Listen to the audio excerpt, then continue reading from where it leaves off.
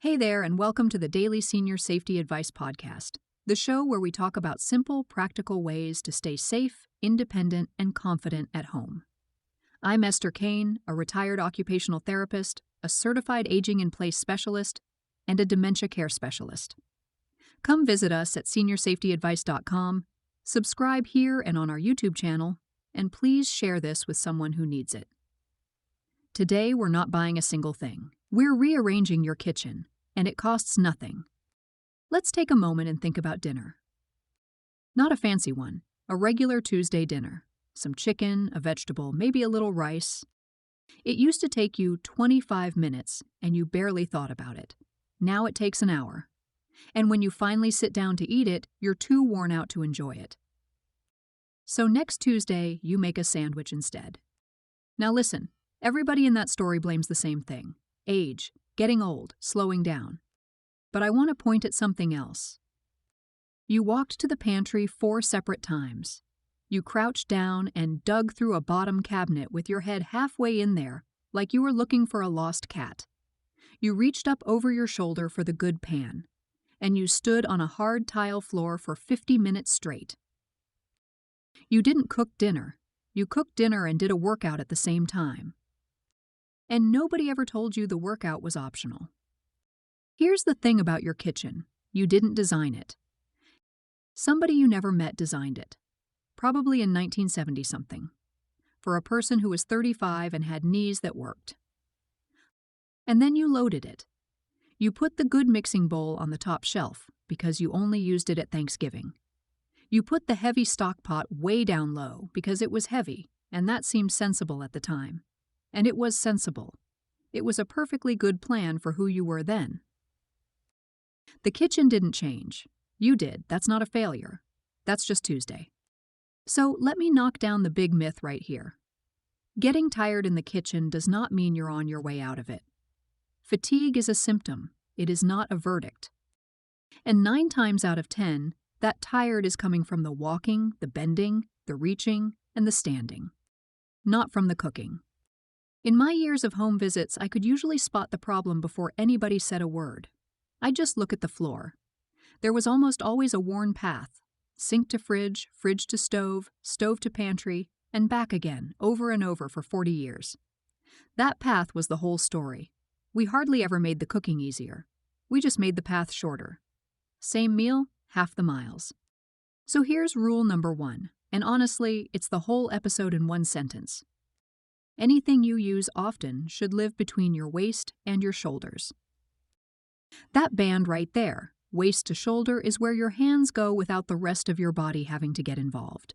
No bending, no stretching, no stool. So take an afternoon, not a whole one. 20 minutes. Everything you touch every single day. The plates you actually eat off of, the pan you actually use, the coffee, the salt. That all comes into the easy band. Front of the shelf. Counter's fine too. This is not a magazine. Nobody's coming to photograph it. Everything heavy goes low, but not on the floor. The cast iron, the big pot, the mixer. Waist height if you can manage it, bottom shelf if you can't. But never ever above your chest. Because a heavy thing coming down at you from over your head is how people actually get hurt in a kitchen. It's not the knives. It's falling weight. And everything you use twice a year.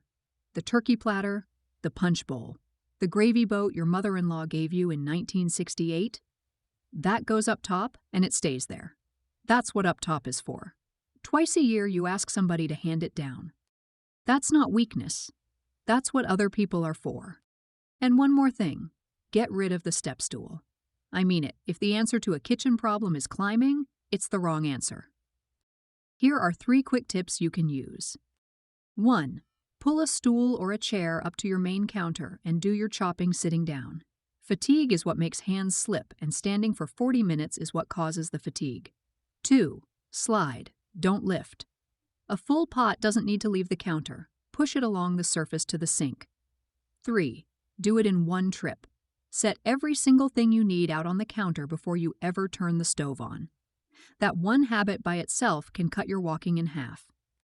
All right, now let's fix how you work, not just where things sit. Start earlier. Not because you're slow, Because 5 o'clock, when you're already tired from the whole day, is the worst possible time to begin. Chop the onion at 2 in the afternoon and put it in a bowl. Cooking does not have to happen all at once. Nobody's grading you. Rest before you need it. This is the one people fight me on. You wait until you're completely wiped out and then you sit. Flip it around. Sit down for 2 minutes while the water heats. You'll finish the whole meal instead of quitting halfway through it and calling it a sandwich night. Let somebody else do the dumb parts. Buy the onions already chopped.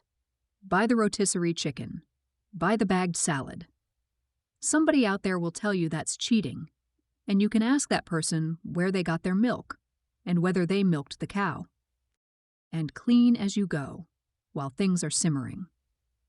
Because that pile of dishes at the end, when you've got nothing left in the tank, that's the thing that makes people decide cooking isn't worth it anymore. It usually wasn't the cooking, it was the aftermath. Let's take a moment on this one, because the goal shifts. When memory is changing, a clear counter isn't about being tidy, it's about being able to find things. A crowded counter is noise, so take off everything that isn't used every single day, and what's left becomes obvious all by itself. Then let her see, clear canisters instead of solid ones. And here's one families never think of. Take the doors off the 2 cabinets that matter most. Just those 2. Because if she can see the mug, she'll make the tea. If it's behind a door, it might as well be in another state. Label the drawers, and not with tiny print, big letters, or a picture. Nobody's embarrassed by a label that actually helps. Now, here's the part I want the family caregivers to really hear. Don't move things around, please. That business of reaching into the second drawer for a spoon without even looking, that's real. That's decades of muscle memory, and it is worth more than any system you've got in your head. When you reorganize her kitchen, you don't give her a better kitchen. You take away the one she could still use with her eyes closed. If something truly has to move one thing, move it with her in the room, and let her decide where it goes. Shrink the job, don't take the job. Here's a tip for a family caregiver. If you want to help, don't do it while she's out. Do it while she's standing right there. Sit at her table with a cup of coffee and ask one question. What's the most annoying thing in this kitchen? Then go fix that one thing. That's it. That's the whole visit. Do that, and you'll get invited back. Show up with a label maker and a plan and a Saturday, and you'll get shown the door. And honestly, you'd have earned it. So here's what I'd love for you to do this week. Go stand in your kitchen. Don't cook. Just stand there for a minute. And ask yourself one question. What am I reaching for the most?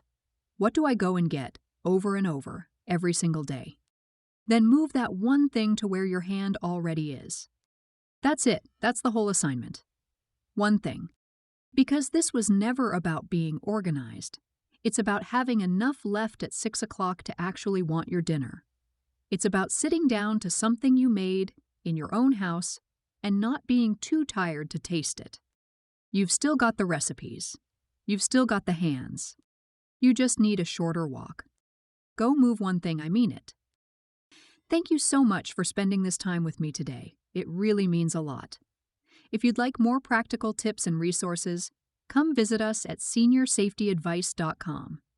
And if you're looking for a professional to help your family age in place safely, you can find one at aginginplacedirectory.com. Please subscribe to the podcast and to our YouTube channel so you never miss an episode. Take good care of yourself, take good care of each other, and I'll see you next time.